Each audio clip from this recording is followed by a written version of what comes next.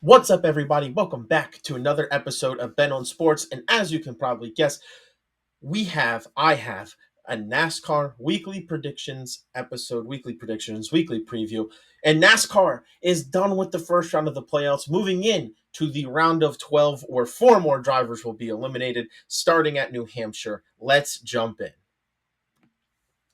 Some storylines. Christopher Bell finds victory lane in a points paying race for the first time since March, picking up his fourth points victory of the season and bringing him to one behind Denny Hamlin, his teammate, for most in the series.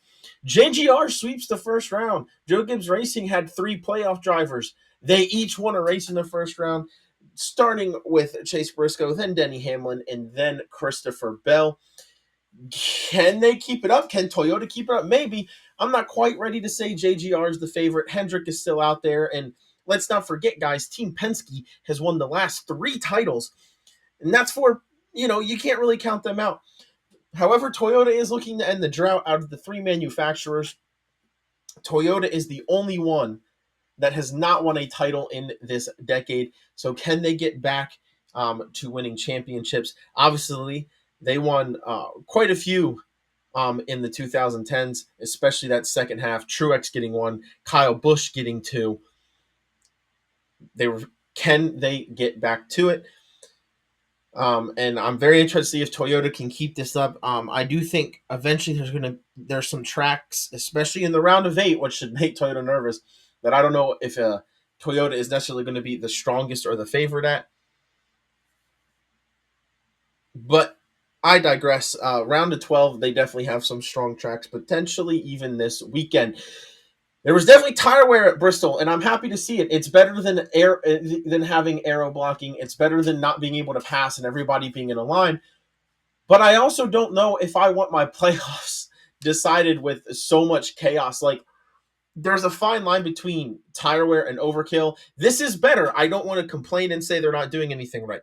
This is better, and I prefer it to nobody being able to move. But at the same time, the tires need to actually be a strategy, because I feel like it was just everybody was running lap times somewhat were somewhat similar for most of the race, and then it was just some cars were set up better than others, and it keep working on the tire. Maybe this is also a setup issue. Maybe if the teams figure out the setup and can prepare for that, it'll be better. I appreciate there was tire wear. There was definitely tire wear that changed a lot about the race. But I still think there's some tinkering needed. Making progress, that's the big thing.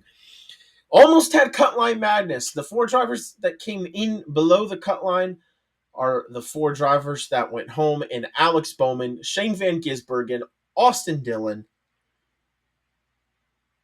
and Josh Berry. Poor Josh Berry, last place, might be the worst playoff performance ever, and most of it's not his fault. A lot of cars catching on fire. That's not good. I don't know if that's a rubber issue, if it's a Bristol issue, but if it is a rubber issue, maybe we do need to work on the tire or work on the cars, because it sucks that one playoff driver's chances ended because he caught on fire, something that the driver can't really help. And another driver almost missed the playoffs or almost missed the cutoff to the next round. But there was a lot of cut line madness, really just a lot of playoff madness in general. Denny Hamlin, tire coming off, obviously getting suspended into this next round. Cindric catching on fire, Berry catching on fire, Shane Van Gisbergen spinning around constantly, Chase Elliott wrecking out, right? So many things happened in this race that we almost had madness. It would have been really funny to see Alex Bowman win, and then after Austin Cindric, who had a pretty good first round, go home. That would have been interesting. But not quite madness, because I think the guys below the cut line were a little bit too far back. If this was just a little bit closer, some of those mistakes will cost you the next round. The round of 12 starts this week. A little bit later on, I'll give you my prediction for the 12 drivers that I believe will be advancing. I got 3 of the 4 eliminations right. I thought Bowman would get in over Cindric, and that is almost what happened, but not quite. And I still don't think there's any clear favorites. Again, I don't know if Toyota is necessarily a clear favorite. I think the beginning of this playoffs aligns with their strengths. These first 3 tracks, New Hampshire should, Kansas should, but then the round of 8, I don't know. I don't think it necessarily does too much. And then Phoenix has kind of been dominated by Chevy and Fords. So I'm not quite ready to say JGR and Toyota is the favorite, but I do think they are in the best position to land. They're in they're the favorites to land the most cars, at least in the round of 8, and that is a good start if you want to win a championship as a manufacturer. But I still don't think there's any clear favorites. Anybody can get hot. Um, for a couple weeks and win, because that's all it takes now, right? Um, so without further ado, let's get into the history in the next gen era at New Hampshire. There's been 3 winners: Christopher Bell, Martin Truex Jr., and then Christopher Bell. So the only non-retired driver with a win in the next gen at New Hampshire is Christopher Bell, and he has 2 of them. It's well documented how much Christopher Bell loves this track. He's arguably one of the most. This is Well, in terms of like single track, single driver combination, this is arguably one of the most dominant ones in all of the sport right now. Christopher Bell at New Hampshire. Despite that, he doesn't have the best average finish. There's a lot to tell you here with the best average finish. Kyle Larson averaging a 7th place finish. Chase Briscoe averaging a 9th, maybe not a name you expect to see appear. Christopher Bell has 2 wins and is still only averaging 10.3. Not too hard to figure out maybe what happened for him to have 2 firsts and still have a 10.3 average finish in 3 races. Chase Elliott, 10.7 average finish, and Tyler Reddick, 11. 3 Toyota drivers, although Chase Briscoe was Ford until this season. So, and then here you see there's a group of drivers who would be in the best average finish, but I have disqualified them for multiple reasons. Josh Berry only has 1 start, but when he started here, he finished 3rd. Kevin Harvick has an average finish here of 4.5, but he only raced twice here. Truex has raced all 3 races with an average finish of 4.7, but he's kind of retired. John Hunter Nemechek with average an 8th place finish here, but he's only had 1 race. And Kurt Busch with a 10th place average finish, only racing 1 race as well. I'm going to need some of the averages on the other guys to go up so we can kick some of the retired drivers out, although Truex's number is just fantastic. I will say, Truex had the best average finish in the first 3 races at New Hampshire in the next gen. Chase Briscoe has has a pretty good average finish here. Maybe that 19 team finds another victory. Most top 5s. 4 drivers tied at 2 top 5s in 3 races. Harvick and Truex are both retired. Larson and Bell are not. 7 drivers tied at 1. Josh Berry, Chase Briscoe, Chase Elliott, Chris Buescher, Brad Keselowski, Bubba Wallace, and Joey Logano. A lot of playoff drivers being said there. Could mean a big day for playoff drivers. And it also could mean if you have a bad day, you're going to drop. Most top 10s. Martin Truex, only driver to finish top 10 every race here. Obviously, as I said, he's retired, so that will come to an end. But 9 drivers have 2. Kevin Harvick, also retired. Kyle Larson, Chase Briscoe, Christopher Bell, Tyler Reddick, Denny Hamlin, Brad Keselowski, Ross Chastain, and Bubba Wallace. Meaning, out of all the active drivers on this list, all but one of them is in the playoffs in terms of most top 10s. Favorites to win. I think Joe Gibbs Racing, obviously they have the 3 next-gen wins here. Christopher Bell should be the favorite. Joe Gibbs Racing, I think, is the favorite to win this race, followed behind Hendrick Motorsports. Those 2 are usually the favorites on most weekends, and it's for good reason. 23XI, Bubba has historically struggled here, but his last 2 races, he's performed very well. Tyler Reddick has 2 6th place finishes in a row. 23XI has had some good speed lately. Maybe 23XI can get their way to victory lane. RFK, Brad, and Chris Buescher both have good performances here. I think RFK has brings a lot of speed to small tracks in general, especially these short, flat tracks. I think RFK Racing could find themselves near the front again. And Team Penske they're weird. They're usually very good with this type of track, especially small tracks, but they haven't quite performed the way you would expect them to at New Hampshire. But I think this, Ryan Blaney hasn't. Joey Logano has had success in the past, just not next gen here. But I think both of those guys find some speed at New Hampshire this weekend. I think Ryan Blaney brings speed just about everywhere they go, and I think Team Penske, especially because all 3 of their drivers are in the playoffs, has a chance.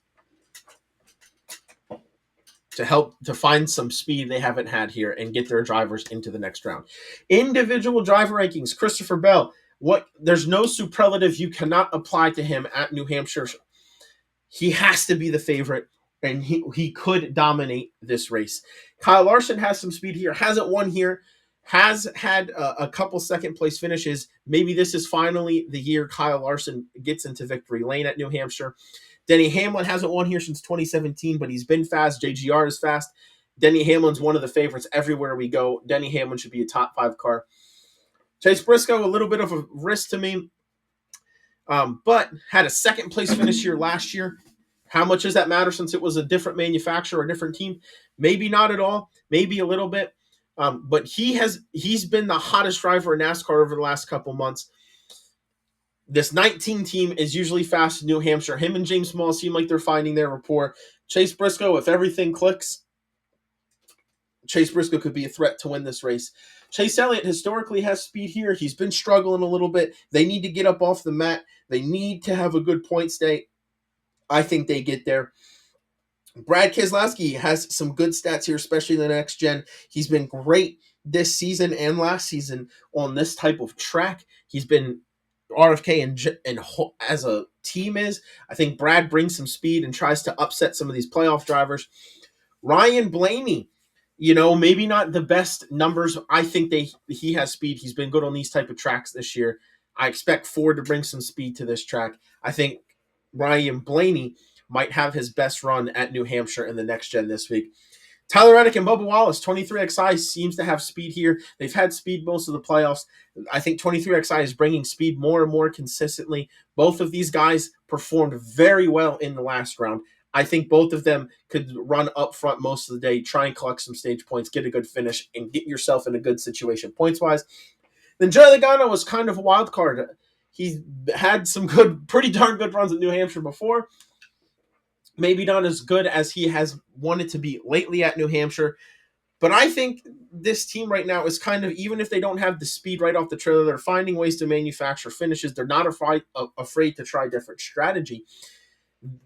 Coming off of a good week at Bristol last week, Joey Logano, I think, is going to be riding that momentum. And a former champion, a former 3-time champion even, that we were talking about maybe getting eliminated in the round of 16, could, in my opinion, win this week and be the first driver to clinch his way into the round of 8. It would be a very Joey Logano type thing to do. Current playoff standings, and these are tight. I feel like normally the top 2 or 3 drivers are at least 30 points above the cut line by this point in the playoffs, but they are not. 26 points. Denny Hamlin is starting first. 26 points above the cut line. That's not a lot. That's one bad race, and you're on the wrong side of the cut line. I think this round is going to come down to which team makes the least amount of mistakes. And that's all I'm saying. I'll just leave it at that. William Byron and Kyle Larson, the pair of Hendrick Motorsports drivers, tied, starting with the second most points. For I know I have them a second and third, but they're both 24 points up on the cut line. Again, you like this lead. This lead gives you a little bit of wiggle room, but the way things have gone this playoffs and the way they can go, I'd be a little bit scared one bad race and you're right down there. Christopher Bell, he's plus 20. A good day here could get him to the plus 40 range, plus 50, or you can just win. Any of these top drivers have that ability. And then I think the end of this first tier on points is Ryan Blaney at plus 19. I think first through fifth, you have that plus 19 to plus 26 range.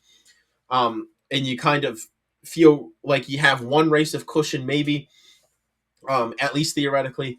And those guys, if they have I think one good points day, definitely 2, they're probably good on points. Chase Briscoe is kind of in a tier of his own right now. He's only plus 10.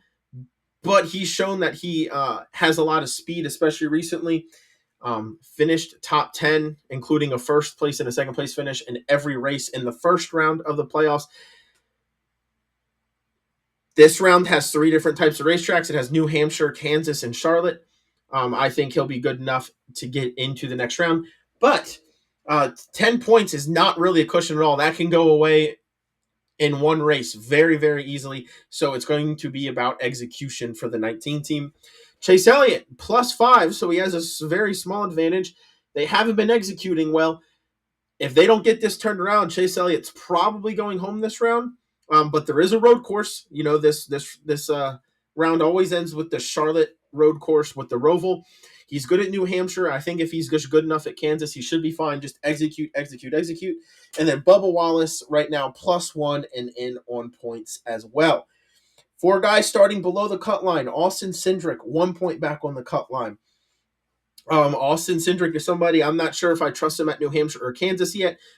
Maybe he finds the speed on the road course. He struggled on road courses a little bit this year, but historically he's a good road course driver.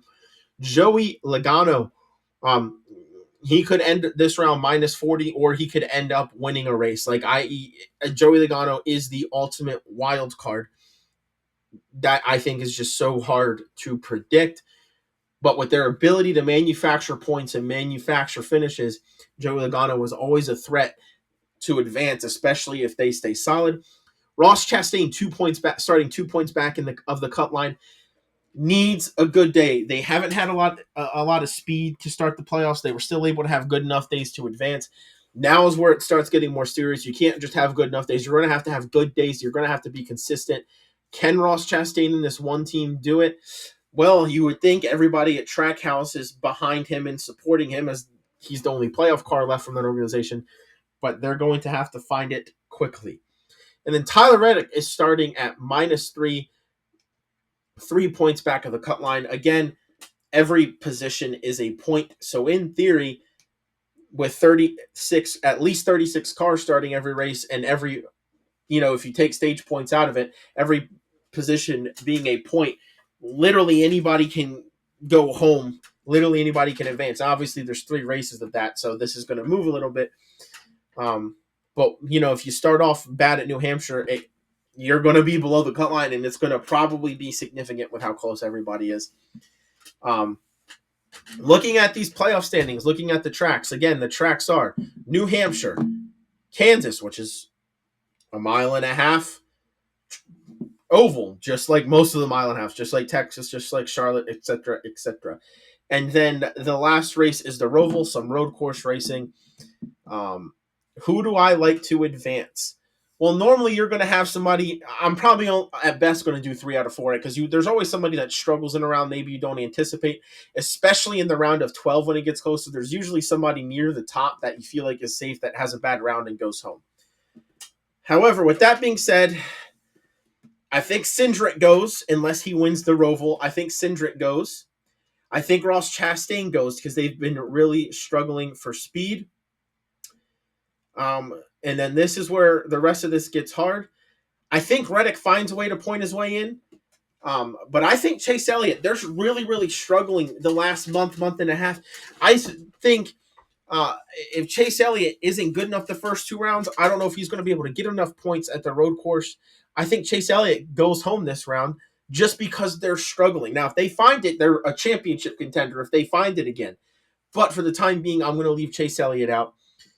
And while it would be an interesting story, and it would be to see it happen again, I think the last person leaving, and I hate doing this, is Joey Logano. I'm just always so nervous about saying Joey Logano is going home because he's such a wild card.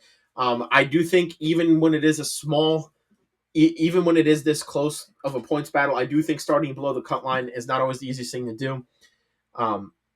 So I have Cindric, Logano, Chastain, and Chase Elliott going home, meaning I have 3 JGR cars in Denny Hamlin, Christopher Bell, and Chase Briscoe advancing. I think this round plays into the hands of Toyota well. I have Bubba Wallace and Tyler Reddick. That's 5 Toyotas advancing. Is that going to happen? Probably not. There's probably a Toyota getting eliminated somewhere in here. It means I would have Byron and Larson from Hendrick being the only Chevys to move on. And it would mean Ryan Blaney is holding up the fort for Ford. Granted, there's only 3 Ford drivers left, and they're all from Team Penske. So Ford has all of their hopes with one organization right now. All right. moving on. Let me stop right here, pause the video, go in the comments. Let me know what 8 drivers you think are advancing, and let me know what 4 drivers you think are getting eliminated, and tell me who you think wins this race. Moving on to the playoff driver power rankings. There's only 12 left here to talk about. Christopher Bell won last week. We're going to his best track. Christopher Bell, nobody else should be number 1 in your power rankings. It has to be Bell. Anytime you win a race, you go near the top, and then when you're going into your best track, that makes it even better. Chase Briscoe with a average finish position of like 3.7, I think, in the first round. That might not be right. First place, second place, and 8th place. Pretty good finishes. I've been talking the last month or two about how hot Briscoe is. A lot of top 10s, a lot of top 5s, a lot of poles. When you start out front and you can run up there all day, you get stage points, you get a good finish. This 19 team is cooking in the first year after a slow start. Chase Briscoe is second in the power rankings. Ryan Blaney had a good run, had good speed going last week. Probably didn't finish where he maybe feels like he deserved. This 12 team has been the best forward all season. They bring speed to every track. I think that continues for Ryan Blaney this week. Denny Hamlin all the way down at 4 because he had the bad finish, and they're going to have the suspension of crew members because a wheel fell off. I do like Denny Hamlin at Kansas and New Hampshire. I do think he can get a lot of points and potentially win both of those races. But for now, he's down at 4 because he had a bad race ending the last round. Kyle Larson is 5. Kyle Larson and William Byron are both similar to me. They both kind of struggled a little bit at Bristol, even if it was for different reasons. Both drivers are 2 of the best, and as teams, the 5 and the 24 are 2 of the best teams in all of NASCAR. They're with Hendrick Motorsports, the best organization. Both of them should be fast. Both of them will win races. They're just not as hot as some of the guys in front of them, but I think both of them will start to pick it up this round. Joey Logano with wild card. I have at number 7, a top 5 last weekend, a top 5 at Gateway. Joey Logano quietly building momentum, which is why it terrifies me to say he's going home. I definitely think he can beat out a Bubba Wallace or a Tyler Reddick to make it to the round of 8. But he still hasn't had a season long. He hasn't shown all season long he can bring speed. Tyler Reddick and Bubba Wallace are kind of tied together for me right now. Bubba Wallace has been hotter. He's been much more consistent as of late, but I still think Tyler Reddick and the 45 team has a higher ceiling. For them, it's all about execution, and I think I like Tyler Reddick to win a race this round more than I like Bubba Wallace to win a race. Chase Elliott, awful day at Bristol, still found a way to advance. He thought they were going home. They still advanced because of the big points cushion they had. But they are ice cold. They need to find some momentum going into this round. Ross Chastain, and kind of like Chase Elliott, except Chase Elliott was good for the vast majority of the season. Ross Chastain was not, and he's cold right now. That doesn't bode well. But if I know there's any driver out there that's going to do whatever it takes to win, whatever he feels like he has to do to win without fear of consequence, it's Ross Chastain. That could be the key to finding just enough points to getting in. Then Austin Cindric, the driver I have the least amount of faith in. He is kind of impressing me. He's slowly getting better finishes, finishing better than average, bringing better speed than he has most of his career at Penske. Maybe this is the year he makes a round of 8 run because they're slowly outperforming expectations little by little. In fact, I would like to make a prediction. I think Joey, I'm sorry, I all week I'm like, it's got to be Joey Logano, but I'm sitting here talking about it. He has 2 consecutive top 5s. He's a 3-time champion. They do well in this format. Joey Logano over Bubba Wallace into the next round. I think Bubba Wallace puts up a heck of a fight, and I think he might finish single digits on that cut line. I just can't send Joey Logano home in the round of 12, even though I don't really love the way the tracks lay out for him. They just find a way. He's so pesky. I'm sorry, Bubba. I think that you've been better than Joey Logano most of the season. I just can't, in my right mind, because this is what Joey Logano does to people, guys. He's a wild card. This is what he does. Officially, I'm going to move Joey Logano in over Bubba Wallace, even though I don't love it. And with that, I will end the episode there. Please like, comment, and subscribe as always. Let me know your feelings in the comments. Comment the things I told you to, or not. Just comment something. Come follow me on X. Keep listening to the other sports. I talk about plenty of other sports on both X and here. Feel free to ask me questions on X. Thank you for taking time out of your days, your weeks, and your lives for listening. Find a couch. Stay safe this weekend. Watch some sports. Peace out, everybody.